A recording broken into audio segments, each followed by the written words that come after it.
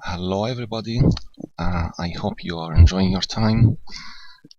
This film is about a question which a friend or someone asked me. Maybe she's calling herself Emily Dickinson, and she asked me about rumors or some opinions which she has heard about. They say that the Bitcoin will destroy or undermine uh, the control of the governments on money or the financial system, and that's why they consider it like an enemy and they fight it. And she asked me about this, and I like to explain some basic facts and the pros and cons maybe about it before we hear some opinions. First, we should know that Bitcoin is an open source cryptocurrency, and Bitcoin distributed is a distributed accounting system. It means no central authority. It means it does not depend on trust to single or a couple of institutions. And like cash, but it's for the internet only. At the time when this was written, maybe a few years ago, 2013, Bitcoin was for 50 euros. Now it's now more than $7,000, and it was created by someone who called himself Satoshi Nakamoto, and we will understand why he did not reveal his name. Some people have doubts about it, but we will explain why maybe he did not reveal his name, because it's a great invention, but he did not reveal his name. It's based on a peer-to-peer network of computers running the Bitcoin software. It means when I want to send Bitcoin or pay for something with the Bitcoin, it will be directly between me and the seller or the other peer, and nobody else will interfere. It means we don't need a mediator between us. The transactions are verified by proof of work system of computers running a mining software.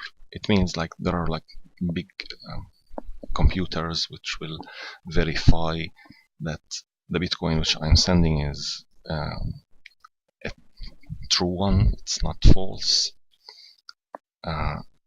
So they just register that this Bitcoin was sent, and they don't take my name or the other person's name. It's just the transactions only.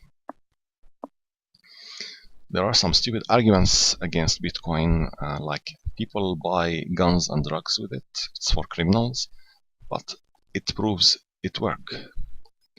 And people use plain cash for the same. And Bitcoin can be used and abused, so some people may abuse it. And early adopters benefit too much. Is it really a problem? So if I use the Bitcoin before other people, I will get many benefits. So it's like any other invention. Bitcoin has actually no value. So same applies to euros and dollars, because the paper money itself, the paper has no value, but they only have value because people believe they have value. Good, or at least considerable arguments against the Bitcoin. The value is unstable. Yes, correct.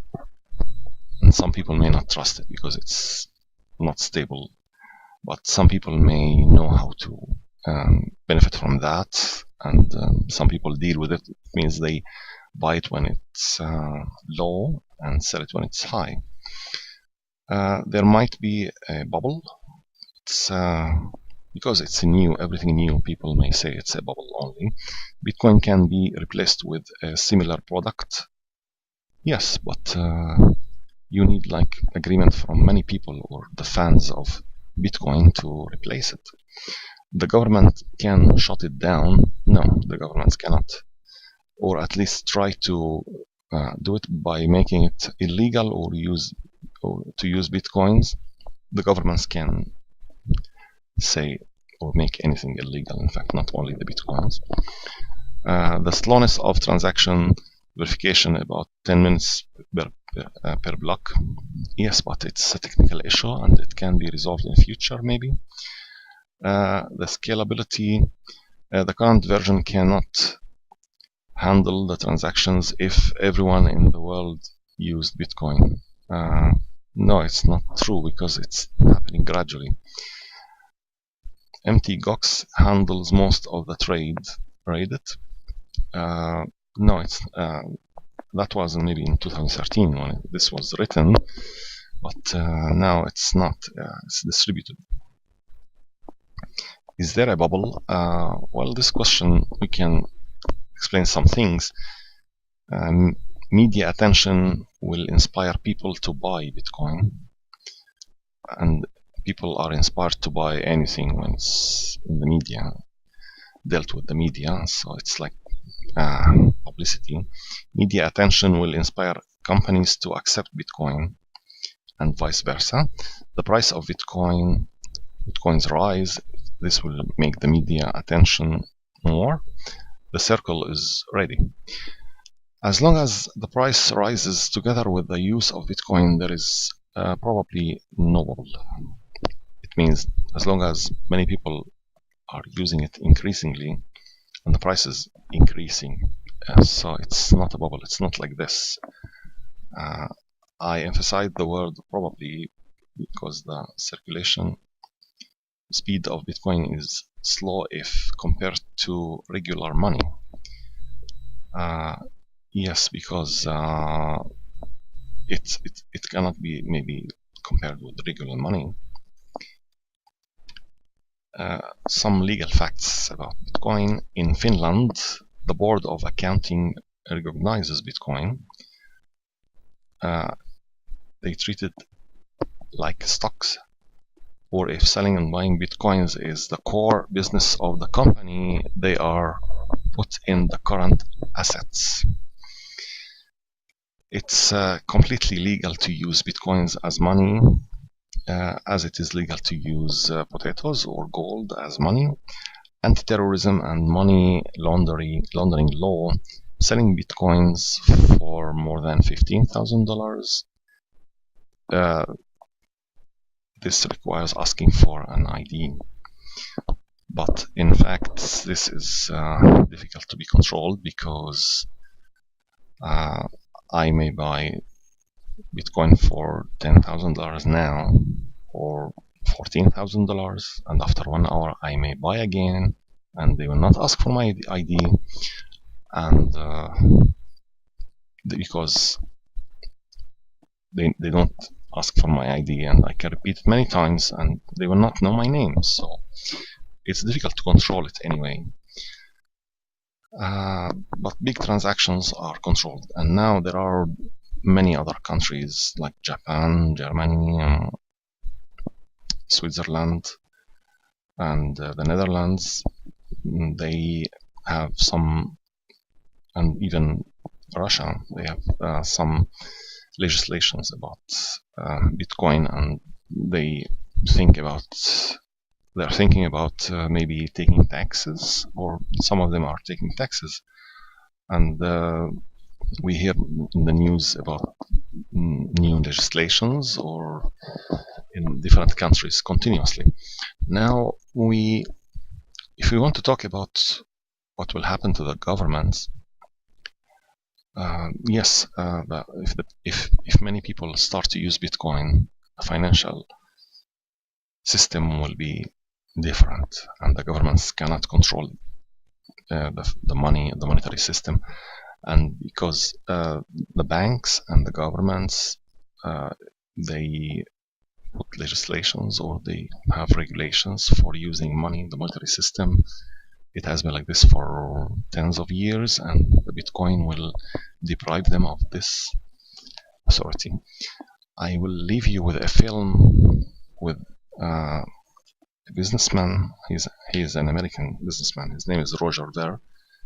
He left the USA and went to Japan, and he's in Japan now, and he's supporting Bitcoin, and he has some like maybe extreme views about Bitcoin and what will the Bitcoin do to the governments, and maybe many people outside the USA or inside the USA have the same opinions, but it's a matter maybe of a few years till we know the truth.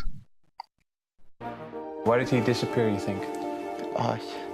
He undermined the ability of every single government on the entire planet to control the money supply. And that's how every single government in the world is controlling their citizens and their economies today. And he just basically, knocked their feet right out from under them with the invention of Bitcoin. And I'm sure that's going to make a lot of people who want to control other people by force really, really upset. So yeah, I think it's really, really smart for him to have disappeared. And for me, it probably would have been smarter for me to keep quiet too, but Bitcoin's too exciting for me to stay quiet about. I think a lot of people are underestimating the way in which Bitcoin and the blockchain are going to change the power structures in society in general. I grew up in the US, and I see all these people like, yeah, nuke everybody in the Middle East and kill them all. And then they have the former Secretary of State Madeleine Albright on 60 Minutes, one of the most popular news shows in the US, and they asked her, they said, like, there's reports that more than 500,000 Iraqi children have died as a direct result of US sanctions. And she looks back at her with a straight face and she goes, it was a really tough decision, but I think that it was worth it. Worth murdering 500,000 kids because of what the government did? And I apologize for crying, but it just disgusts me from my core when I see government people murdering people around the world. It's not just theoretical. These are real people with real lives. And it's real people, and Bitcoin has the power to undermine everything they're doing to people around the world. And I'm sorry for shouting, but it just disgusts me what these people in government do. And they do it through central banking and through the control of the money supply, and Bitcoin takes that away from them.